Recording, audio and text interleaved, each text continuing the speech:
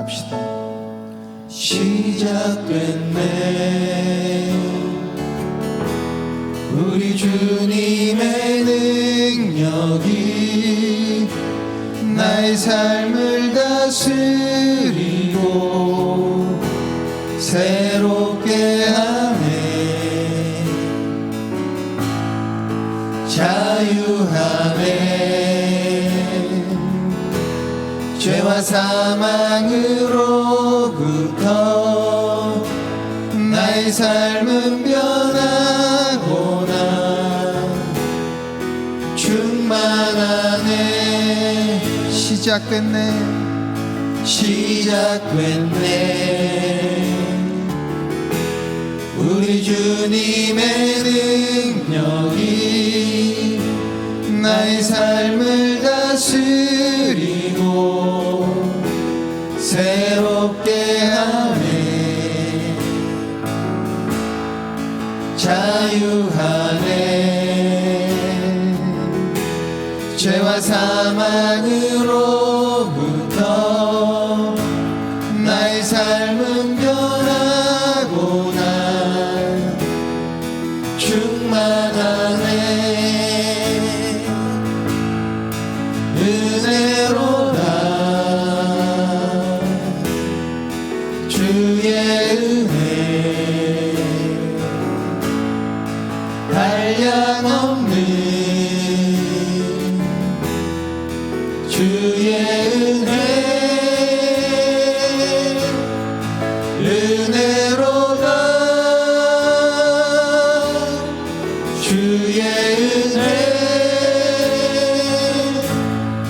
변함없는 신실하신 주의 은혜. 다시 한번 찬양합시다. 시작됐네. 우리 주님의 능력이 나의 삶을 다스리고 새롭게 하네. 자유하네. 죄와 사망으로부터 나의 삶은 변하구나. 충만하네. 은혜로다. 주의 은혜 한량없는 주의 은혜. 은혜로다. 주의 은혜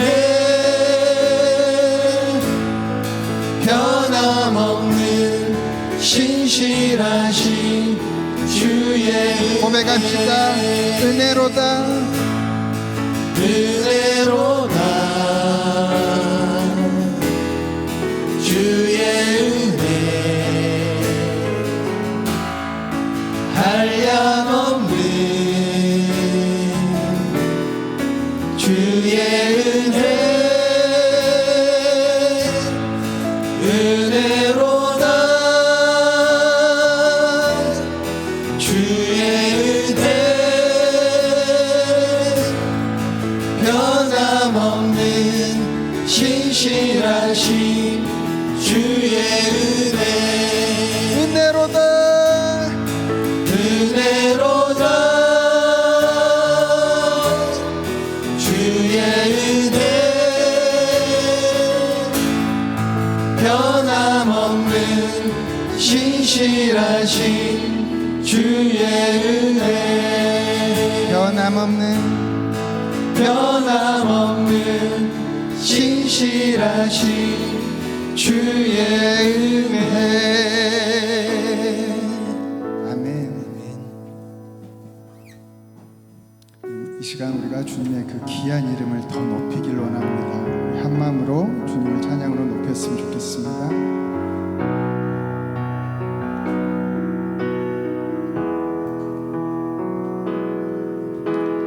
예수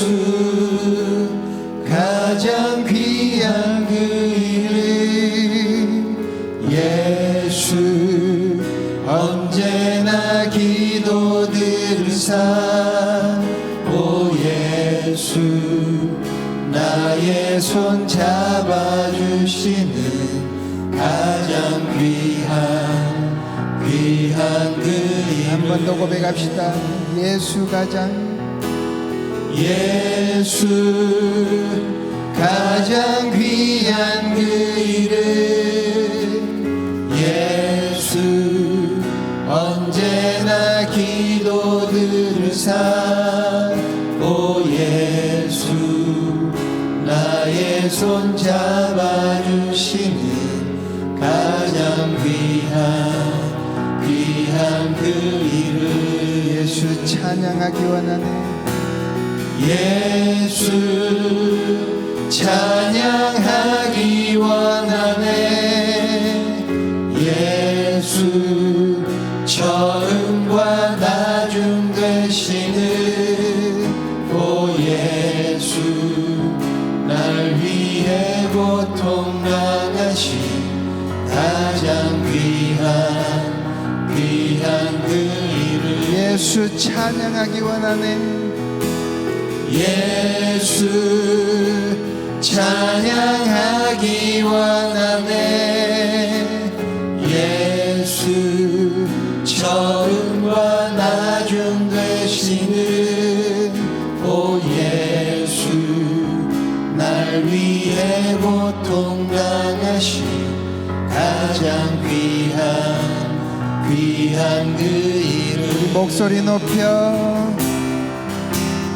예수 왕의 왕이 되신 주 예수 당신의 끝없는 사랑 오 예수 목소리 높여 찬양해 가장 귀한 그 우리 한 번 더 예수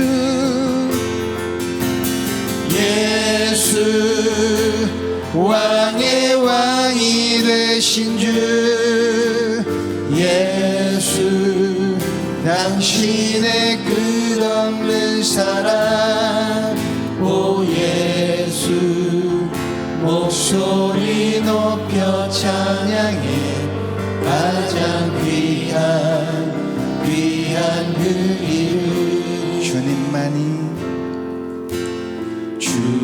주님만이 나를 아시네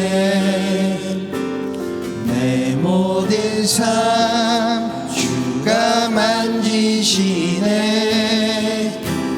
주님 앞에 예배하는 이에게 그 은혜를 부어 주시리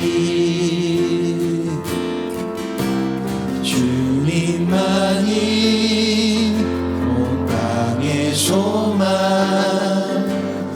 내 삶 속에 유일한 자랑이라 주님 앞에 기도하는 이에게 그 은혜를 부어 주시리 만왕의 왕 날 기르신 목자요 내 모든 삶 주가 다스리시니 주님 뜻을 따르길 원하네 오 주 한 분만 바라네 주님만이 나를 아시네 내 모든 삶 주가 만지시네 아멘.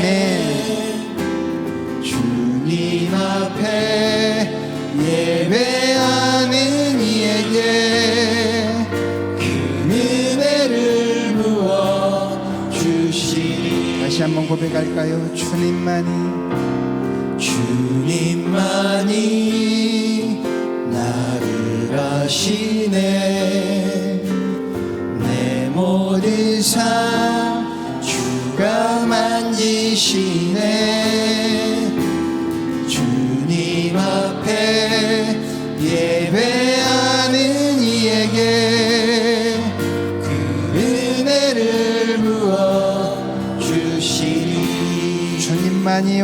땅의 소망 주님만이 온 땅의 소망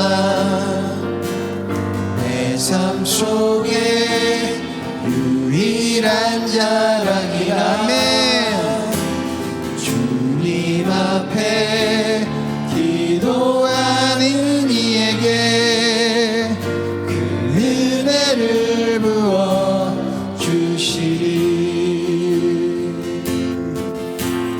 만왕의 왕 나를 이루신 목자요 내 모든 삶 주가 다스리시니 주님 뜻을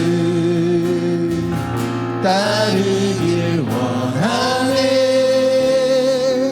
오 주 한 분만 바라 만왕의 왕 만왕의 왕 나를 이루신 목자요 내 모든 삶 주가 다스리시니 주님 뜻을 따르길 원하네 오 주 한 분만 바라네 주님만이 나를 아시네 내 모든 삶 주가 만지시네 주님 앞에 예배하는 이에게 그 은혜를 부어 주시리 큰 은혜를 부어주시리 그 은혜를 부어 주시리 아멘. 벌써 한 달이 지났네요. 우리가 이 시간 새 찬양을 하나 부를 건데 하나님께 우리를 먼저 택하신 이유는 우리를 통해서 우리 주변에 아직 주님께 돌아오지 못한 사람들을 인도하고 그들의 영혼을 살리기 위해서 저희를 먼저 택하셨습니다. 우리가 그 사명을 가지고 주님의 부르심 따라서 살아가는 우리 인생이 되길 간절히 소망하며 함께 찬양으로 나가겠습니다. 주 부르심 따라 예수 이름 부르며 나의 인생을 드렸네 사람들 이해 못하고 결과 어떠하든지 주만 따라가기 원했네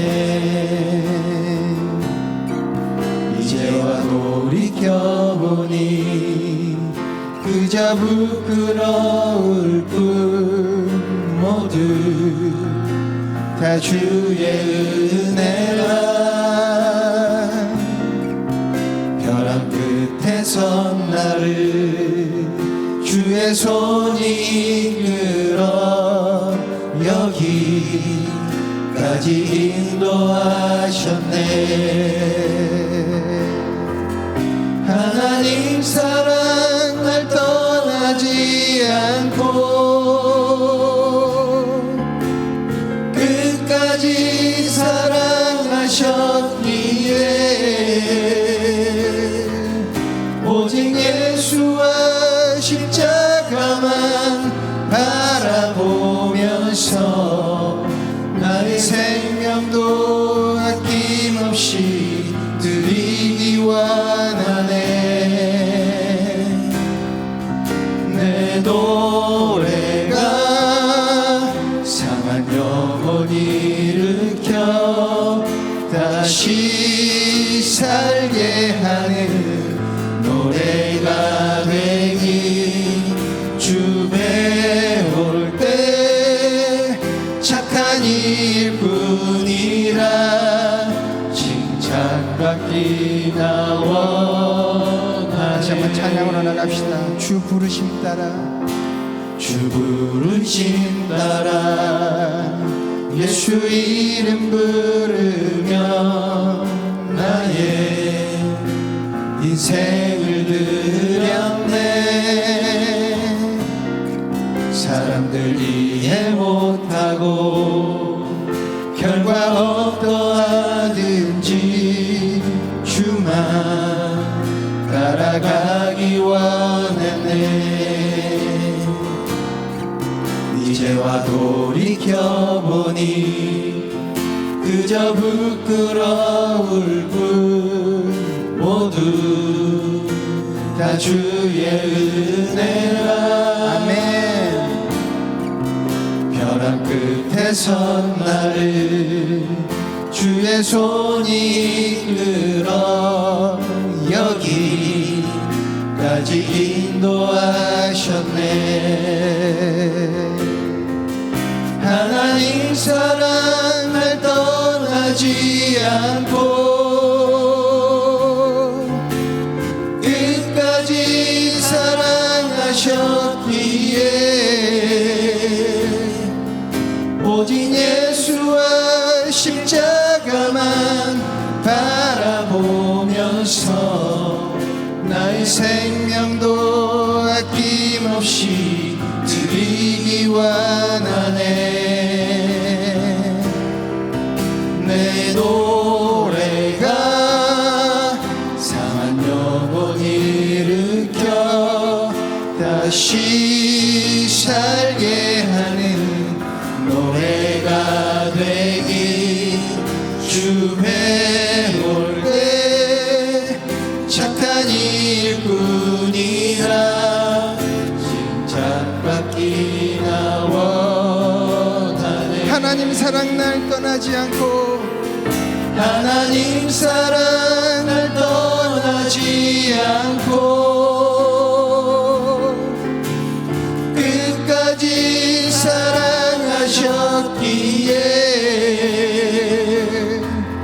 오직 예수와 십자가만 바라보면서 나의 생명도 아낌없이 드리기 원하네. 내 노래가 상한 영혼 일으켜 다시 살게 하는 노래가 되길. 주 배울 때 착한 일꾼이라 칭찬받기나 원하네. 우리는 무명하나 유명한 자요. 죽음의 위기 속에도 참 생명 가졌고 근심 하나 기뻐하며 가난 하나 다른 이를 구욕해 하는 자로. 다시 한번 고백합시다. 우리는 무명하나 유명한 자요. 죽음의 위기 속에도 참 생명 가졌고 근심 하나 기뻐하며 하나하나 다른 이를 구욕해 하는 자. 한 번 더 고백합시다. 우리는 무명하나 우리는 무명하나 유명한 자요. 죽음의 위기 속에도 참 생명 가졌고 근심 하나 기뻐하며 가난하나 다른 이를 구욕해 하는 자로다. 모든 것 가진 자로다. 모든 것 가진 자로다. 모든 것 가진 자로다. 모든 것 가진 자로다.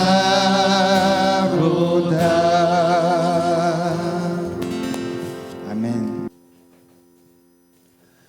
하나님 말씀 함께 보겠습니다. 오늘 우리에게 주신 하나님 말씀은 누가복음 22장 31절부터 34절 말씀입니다. 누가복음 22장 31절부터 34절 말씀을 제가 봉독하겠습니다. 시몬아 시몬아 보라 사탄이 너희를 밀 까부르듯 하려고 요구하였으나 그러나 내가 너를 위하여 내 믿음이 떨어지지 않기를 기도하였노니 너는 돌이킨 후에 내 형제를 굳게 하라. 그가 말하되 주여 내가 주와 함께 오게도 죽는 데도 가기를 각오하였나이다. 이르시되 베드로야 내가 네게 말하노니 오늘 닭 울기 전에 네가 3번 나를 모른다고 부인하리라 하시니라. 아멘. 여러분 저하고 먼저 인사 나눌게요. 여러분 사랑합니다. 축복합니다. 옆에 분들과도 인사 나누겠습니다. 사랑합니다. 축복합니다. 지난 시간에는 다윗의 삶을 통해 하나님께서 기뻐하시는 것이 무엇인지 함께 나누었습니다. 골리앗을 물리친 다윗은 이스라엘의 영웅이 되었고 결국 왕이 됩니다.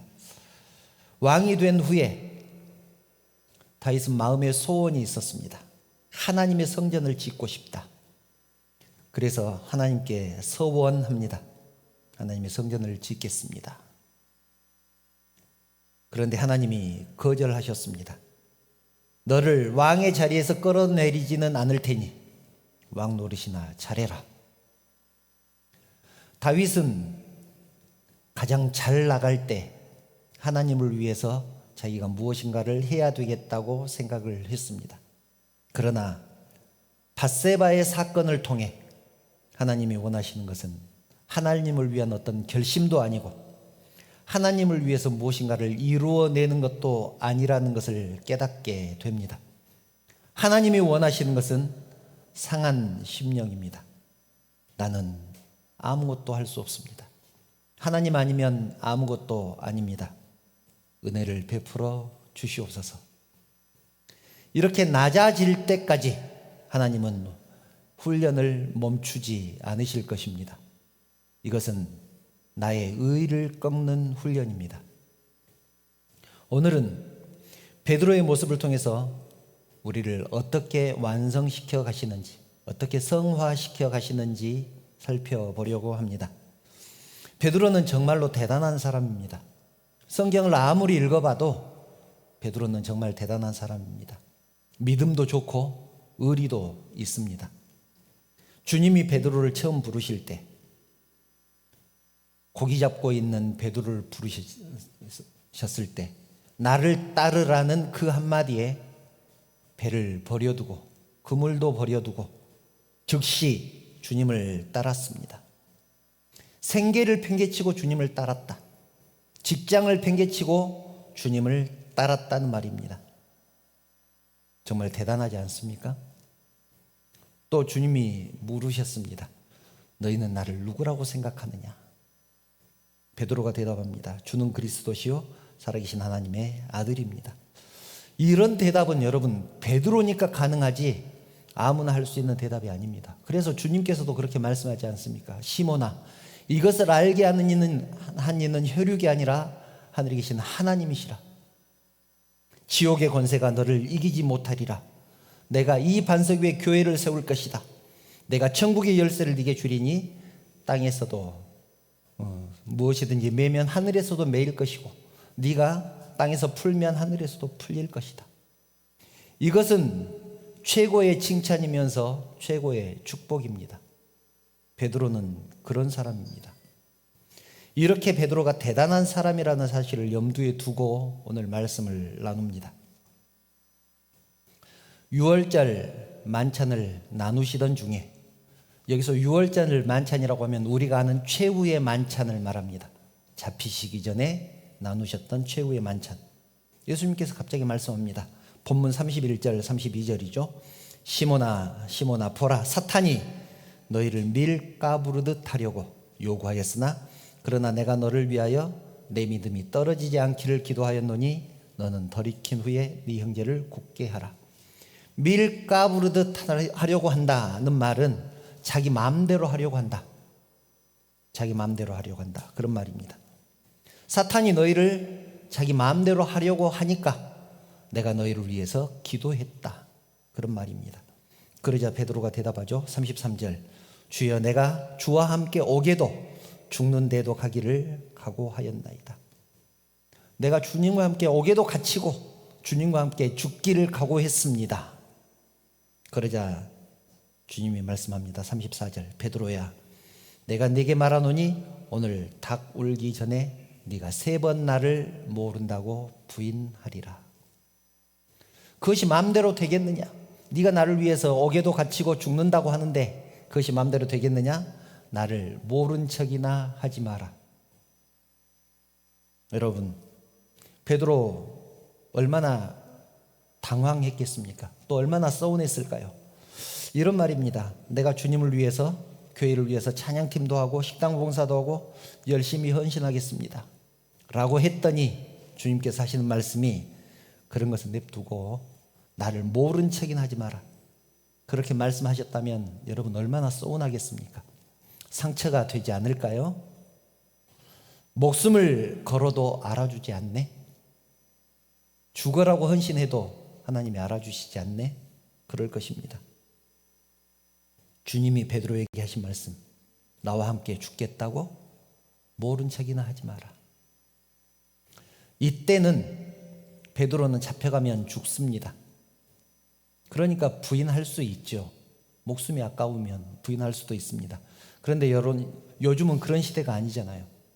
요즘은 신앙 때문에 잡혀가서 죽거나 고문당하거나 그런 시대가 아닙니다. 요즘은 부인한다는 것이 무슨 의미를 갖고 있을까요? 세상에서 성도답게 살지 않는 것이 주님을 부인하는 것입니다. 성도답게 살지 않아. 또 주변에 있는 사람들이 내가 교회 다니는지 모릅니다. 내가 권사인지도 모르고 내가 집사인지도 모릅니다. 어떻게 살았으면 내가 크리스찬인지 모를까요? 내 마음대로 내 뜻대로 사는 것이 주님을 부인하는 것입니다. 물론 우리는 핑계를 댈 수도 있습니다. 예수 믿기 시작하면 천사처럼 살 수 있는 능력 우리 하나님이 주셔야 되지 않겠습니까? 하나님의 자녀로서의 품위를 지킬 수 있는 능력 정도는 우리 하나님께서 갖추어 주셔야 맞지 않겠습니까? 그래야 죄짓지 않고 또 문제가 생기면 하나님께 기도도 하고 다른 사람들에게 신앙의 본을 보일 수 있지 않겠습니까? 그런데 실상은 어떻습니까? 신앙생활을 하면 할수록 유혹이 점점 더 많아지고 시험도 더 많아지는 것 같습니다. 주일날 교회 가지 못할 이유는 왜 그렇게 많은지. 예전에는 주일을 기다렸는데 주일이 언제 오나 기다렸는데 요즘은 습관적으로 교회에 갑니다. 내가 이러는 것 하나님 탓입니까? 신앙을 지킬 능력을 주시지 않는 하나님 탓입니까? 베드로가 했던 모든 행동과 고백은 여러분 진심이었습니다. 하나도 거짓이 없었습니다. 모두 진심이었습니다. 즉시 배와 그물을 버려두고 주님을 따랐던 일이나 주는 그리스도시요 살아계신 하나님의 아들입니다 라고 고백했던 그 고백이나 또 모두가 주님을 떠날지라도 내가 죽을지언정 절대로 주님을 떠나지 않겠습니다 라고 고백했던 그 모든 고백이 거짓이었겠습니까? 그러니 그 고백을 지킬 만한 환경과 여건 그리고 거기에 걸맞는 능력을 주셔야 옳지 않겠느냐는 말입니다. 그런데 주님은 오히려 나를 모른 척하리라. 네가 나를 부인하리라. 그렇게 말씀합니다. 여러분, 베드로에게 있어서 이 부인을 했던 사건은 굉장히 수치스러운 일입니다. 성경은 그 내용을 아주 자세하게 기록을 해놨습니다. 마태복음 26장 69절부터 74절을 보면 그 내용이 아주 자세히 기록이 되어 있는데요. 제가 좀 길어도 읽어드리겠습니다. 베드로가 바깥들에 앉았더니 한 여종이 나와 이르되 너도 갈릴리 사람 예수와 함께 있었도다 하거늘 베드로가 모든 사람 앞에서 부인하여 이르되 나는 네가 무슨 말을 하는지 알지 못하노라 하며 안문까지 나아가니 다른 여종이 그를 보고 거기 있는 사람들에게 말하되 이 사람은 나사렛 예수와 함께 있었도다 하며 베드로가 맹세하고 또 부인했습니다. 이르되 나는 그 사람을 알지 못하노라 하더라. 조금 후에 곁에 섰던 사람들이 나와 베드로에게 이르되 너도 진실로 그 도당이라 네 말소리가 너를 표명한다 하거늘 그가 저주하며 맹세하여 이르되 나는 그 사람을 알지 못하노라 하니 곧 닭이 울더라. 성경이 베드로의 이 부끄러운 모습을 이렇게 자세하게 기록해 놓은 이유가 무엇일까요? 베드로의 이 부인 사건은 다윗에게 적용해 보면 밧세바 사건과 같습니다. 내가 주님을 위해서 죽겠다고 말한 지 몇 시간도 지나지 않았습니다. 식사 끝나자마자 주님이 잡혀가셨고 겟세마네 동산에 잡혀가셨고 그날 새벽에 일어난 일이잖아요. 채 하루도 되지 않아서 주님을 부인한 이 사건. 사무엘상 7장에서 주님의 성전을 짓겠다고 했는데 11장에서 밧세바 사건이 일어났잖아요. 그것이 베드로의 이 모습, 다윗의 이 모습이 우리의 모습이라는 얘기입니다. 우리의 신앙의 상태, 우리의 믿음의 현주소입니다. 남일이 아니란 얘기죠. 우리도 다윗처럼 베드로처럼 실패할 수 있다는 말입니다. 여러분, 우리도 수없이 많은 고백을 했을 것입니다. 저도 그렇습니다. 정말 많은 고백을 했습니다. 하나님, 주를 위해 젊음을 바치겠습니다. 저를 사용해 주시옵소서. 제가 좋아하는 세상 것들 다 내려놓고 온전히 주님만 따르겠습니다. 그리고 그 고백은 모두 진심이었습니다. 그런데 중요한 것은 그럼에도 불구하고 넘어진다는 것입니다. 그것도 아주 사소한 것에 실패합니다. 여러분, 베드로가 예수님을 부인했을 때 금방 성경 읽었잖아요. 대단한 사람들에게 부인한 것이 아닙니다. 재판관 앞에 서서 부인한 것도 아니고 병사들에게 잡혀가기 전에 부인한 것도 아닙니다. 여종이 한 말, 이 사람이 예수와 함께 있었다, 이 말을 부인합니다. 난 그 사람을 도무지 알지 못하노라. 맨 마지막에는 저주까지 하면서 맹세하잖아요. 난 그 사람을 모른다. 우리는 그런 존재입니다. 비천한 종이 두려워서 부인하는 존재. 베드로는 주님을 부인한 후에 닭의 울음소리를 듣고 밖에 나가서 통곡합니다. 베드로의 눈물, 어떤 눈물이었을까요? 스승을 배신했다는 죄스러움에 대한 눈물이었겠지만 그보다 더 근본적인 이유가 있었을 것입니다. 자신의 믿음을 지킬 능력이 없다는 것을 깨달았습니다. 자신의 능력을 지킬 능력이 없다는 것을 깨달았습니다. 죽으라고 결심했는데 실패했고 앞으로도 실패할 것을 알아버렸습니다. 아, 나는 안 되는구나. 나는 안 되는구나. 전에 실패했던 것에 대한 회한이 아니라 앞으로도 나는 어쩔 수 없이 실패할 수밖에 없는 사람이라는 것을 알아버렸다는 얘기입니다. 얼마나 절망했을까요? 지난 시간에 말씀드렸죠. 제자들은 부활하신 예수님을 3번이나 만났는데도 베드로는 고기 잡으러 갑니다. 자기만 갔습니까? 나 고기 잡으러 간다. 그러니까 6명의 제자가 따라갑니다. 그래서 7명의 제자가 갈릴리 바닷가에서 고기를 잡고 있습니다. 여러분, 이 기사를 보면 이상하지 않습니까? 저는 베드로가 고기 잡으러 갔다는 사실이 정말 이상합니다. 만약 여러분에게 죽었다가 살아난 예수님이 여러분을 찾아왔다면 여러분 지금 고기 잡고 있겠습니까? 주의 일을 한다고 나서지 않을까요? 죽었다가 살아나신 분이 3번이나 나에게 나타나셨는데 평강이 있을지어다.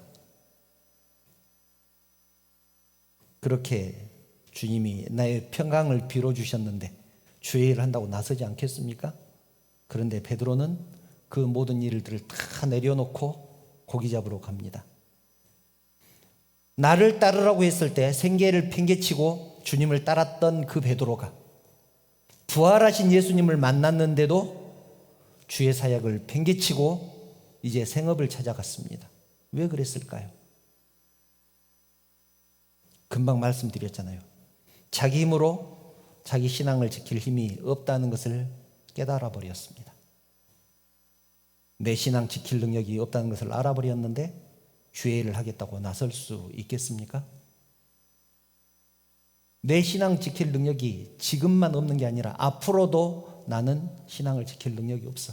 나는 주의 일을 감당할 능력이 없어. 그걸 알아버렸습니다. 주의 일을 하겠다고 나설 수 있을까요? 예를 들어서 지금 이 시험은 내 능력으로 절대로 합격할 수 없어. 그걸 알아버렸습니다. 앞으로 하루 24시간 잠을 안 자고 공부를 해도 시험에 떨어질 수밖에 없어.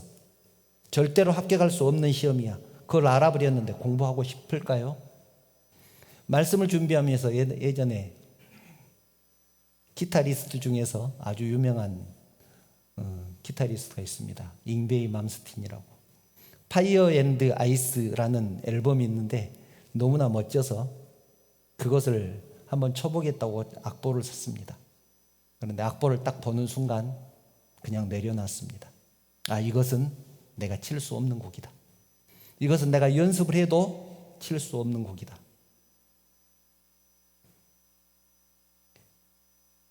그때부터 저는 누구 앞에서 나 기타 친다 라는 얘기를 잘 안 합니다. 그것도 칠 수 없는 실력인데 어디 가서 기타 친다고 할 수 있겠습니까? 베드로가 그러지 않았을까요? 나는 주의 일을 감당할 수 없어. 나는 실패할 수밖에 없는 사람이야.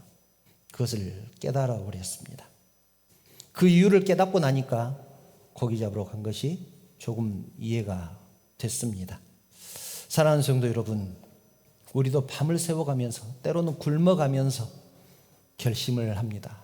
각오를 합니다. 그리고 그것은 진심입니다. 그러나 분명히 알아야 할 것은 우리가 결심하고 각오한 것들을 지키고 행할 능력이 우리에게 없다는 것입니다. 아무리 결심해도 아무리 각오해도 그것을 행할 능력, 내가 결심한 것들을 지킬 능력 우리에게는 없습니다. 결심이 약해서도 아니고 진심이 아니어서가 아닙니다. 달리기 선수가 이기고 싶은 것이 거짓이겠습니까? 진심이죠. 그런데 그렇다고 다 이깁니까? 여러분, 결심은 실력이 아닙니다. 실력이 아닙니다. 바울도 하나님 뜻대로 살겠다고 날마다 결심했지만 날마다 실패했습니다. 그래서 이렇게 한탄하지 않습니까? 오라 나는 공고한 사람이로다. 누가 나를 이 사망의 몸에서 건져내리야. 부활하신 예수님이 고기 잡고 있는 베드로를 찾아가셔서 물어보신 질문이 그것입니다. 네가 이 사람들보다 나를 더 사랑하느냐? 나를 사랑하기는 하는 거냐? 베드로가 대답하죠. 내가 주님을 사랑하는 것 주님이 아시지 않습니까? 여러분, 이 말 속에는 정말 놀라운 의미가 들어 있습니다. 주님 아시지 않습니까? 이 말은 주님, 제가 주님을 사랑하는 것은 진심입니다. 그런데 주님,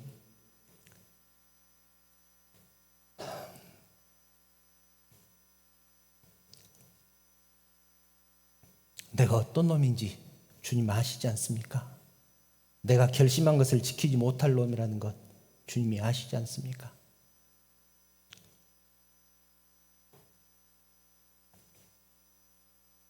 이 고백을 하는 베드로의 마음이 얼마나 아팠을까 느껴집니다. 그럼에도 예수님은 내 양을 먹이라고 말씀합니다. 주님도 베드로가 실패할 수밖에 없다는 것을 너무나 잘 알고 계셨습니다. 그래서 2번, 3번 확인하고 또 확인하시는 것 아니겠습니까? 요한복음 21장 16절부터 17절을 보면 그 내용이 이렇게 기록되어 있습니다. 또 2번째 이르시되 요한의 아들 시몬아 네가 나를 사랑하느냐 하시니 이르되 주님 그러하나이다. 내가 주님을 사랑하는 줄 주님께서 아시나이다. 이르시되 내 양을 치라 하시고, 세 번째 이르시되 요한 아들 시몬아 네가 나를 사랑하느냐 하시니, 주께서 세 번째 네가 나를 사랑하느냐 하심으로 베드로가 근심하여 이르되 주님, 모든 것을 아시오매 내가 주님을 사랑하는 줄을 주님께서 아시나이다. 예수께서 이르시되 내 양을 먹이라. 주님, 내가 어떤 놈인지 주님 뻔히 아시면서 왜 자꾸 물어보십니까? 그 뒤에 나오는 18절이 굉장히 의미가 있습니다. 내가 진실로 진실로 네게 이르노니 네가 젊어서는 스스로 띠띠고 원하는 곳으로 다녔거니와 늙어서는 네 팔을 벌리리니 남이 네게 띠띠우고 원하지 아니한 곳으로 데려가리라. 이 말은 네가 힘있고 능력이 있어서 네 마음대로 할 수 있을 때도 실패했는데, 늙어서 힘없어지면 다른 사람들이 너를 자기 마음대로 할 텐데 그때도 내 양을 먹일 수 있겠느냐. 지금처럼 큰 소리 쳐도 실패했는데 주님과 함께 옥에도 갈 수 있고 주님을 위해서 죽을 수도 있다고 큰 소리 쳤을 때도 실패했는데, 나중에 능력 없어지고 여건과 환경이 더 나빠져도 주의 일을 감당할 수 있겠느냐. 그런 말입니다. 사랑하는 성도 여러분, 진심이라고 해서 모두 승리한 것은 아닙니다. 결심한 대로 승리할 것 같았으면 다윗은 왜 넘어졌고 베드로는 왜 실패했겠습니까? 우리가 결심한 것을 지킬 능력이 없습니다. 우리가 결심한 것을 이루어내시는 분도 하나님이시고 우리가 믿는 것을 이루어내시는 분도 하나님이심을 잊지 않기를 바랍니다. 그래서 은혜가 필요한 것 아니겠습니까? 우리가 만약 이것을 놓치면 우리는 기복신앙에 빠질 것입니다. 기복신앙이 무엇입니까? 지성이면 감천이라는 믿음입니다. 새벽마다 정한수를 떠놓고 지성을 드리는 것이 가짜일까요? 아닙니다. 진심입니다. 몇천 번 부처님 앞에서 절을 할 결심 한다는 것 자체가 대단한 것입니다. 그리고 실제로 3,000번, 5,000번 절하면서 소원을 비는 것, 이것이 가짜이겠습니까? 그렇지 않습니다. 저는 그분들도 정말 대단하다고 생각합니다. 그분들의 진심을 알기 때문에 그렇습니다. 그러나 우리가 알아야 할 것은 사탄은 그렇게 감성적이지 않습니다. 정성을 들인다고 봐주지 않습니다. 우리의 형편과 처지 딱하다고 봐주지 않습니다. 사탄은 자비가 없습니다. 여러분, 사슴이 사자에게 잡아먹힌 것이 대충 도망쳤기 때문일까요? 죽어라고 도망쳤을 것입니다. 그런데 잡아먹히잖아요. 능력이 없기 때문에 그렇습니다. 사탄은 자꾸 결심하게 하고 결심한 것을 이루게 만들어서 우리로 하여금 우쭐대게 만듭니다. 다윗이 그랬잖아요. 봐라, 하나님이 나에게 능력을 주셨다. 내 왕권을 더욱더 견고히 해주셨다. 하나님, 저는 골리앗도 물리쳤습니다. 하나님의 법궤도 예루살렘으로 옮겼습니다. 이제 하나님 성전을 지어드리겠습니다. 그곳에서 편히 쉬십시오. 이것은 자기의 자랑이고 자기의 의입니다. 오늘 말씀의 제목이 자기의 의를 꺾는 훈련, 두 번째 시간 베드로 편입니다. 자기의 의는 우리가 하나님 은혜 아래에 있다는 것을 잊게 만듭니다. 우리가 하나님 은혜 아래에 있다는 것을 잊게 만듭니다. 그래서 우리의 헌신 그리고 주의 일을 이루는 능력까지도 하나님 없이도 되지 않는다라는 사실을 우리로 하여금 잊게 만듭니다. 거꾸로 얘기하면 우리가 결심했기 때문에, 죽어라고 노력했기 때문에 이루어졌다, 이루어냈다, 그렇게 착각하게 만듭니다. 그래서 안심하는 순간, 내가 열심히 하면 할 수 있다고 생각하는 순간 다윗처럼 베드로처럼 시험에 들어 넘어질 것입니다. 진심으로 했던 고백과 충성과 헌신이 실패하면 베드로처럼 우리도 고기 잡으러 갈 것입니다. 사명, 주의 일을 다 팽개치고 예전의 모습으로 돌아갈 것입니다. 32절 하반절을 보면 너를 돌이킨 후에 네 형제를 굳게 하라 그렇게 말씀합니다. 너를 돌이킨 후에 네 형제를 굳게 하라. 돌이킨다는 말은 네가 어떤 존재인지를 먼저 살피라는 말입니다. 네가 어떤 놈인지를 정확하게 알아라. 내가 진짜로 나를 위해서 죽을 수 있는 사람인지 먼저 살피라. 그런 말입니다. 죽을 수 있다는 말입니까? 없다는 말입니까? 죽을 수 있다는 말이죠. 지난 시간에 나눴잖아요. 내가 가진 모든 것으로 구제할 수 있습니다. 또 내 몸을 불사르게 내어줄 수도 있습니다. 사랑이 없이도 의무감이나 사명감으로 할 수 있습니다. 그런데 성경은 뭐라고 말씀합니까? 사랑이 없으면 아무것도 아니다. 아무 소용이 없다. 그렇게 말씀합니다. 그래서 주님이 물어보시잖아요. 네가 나를 사랑하느냐?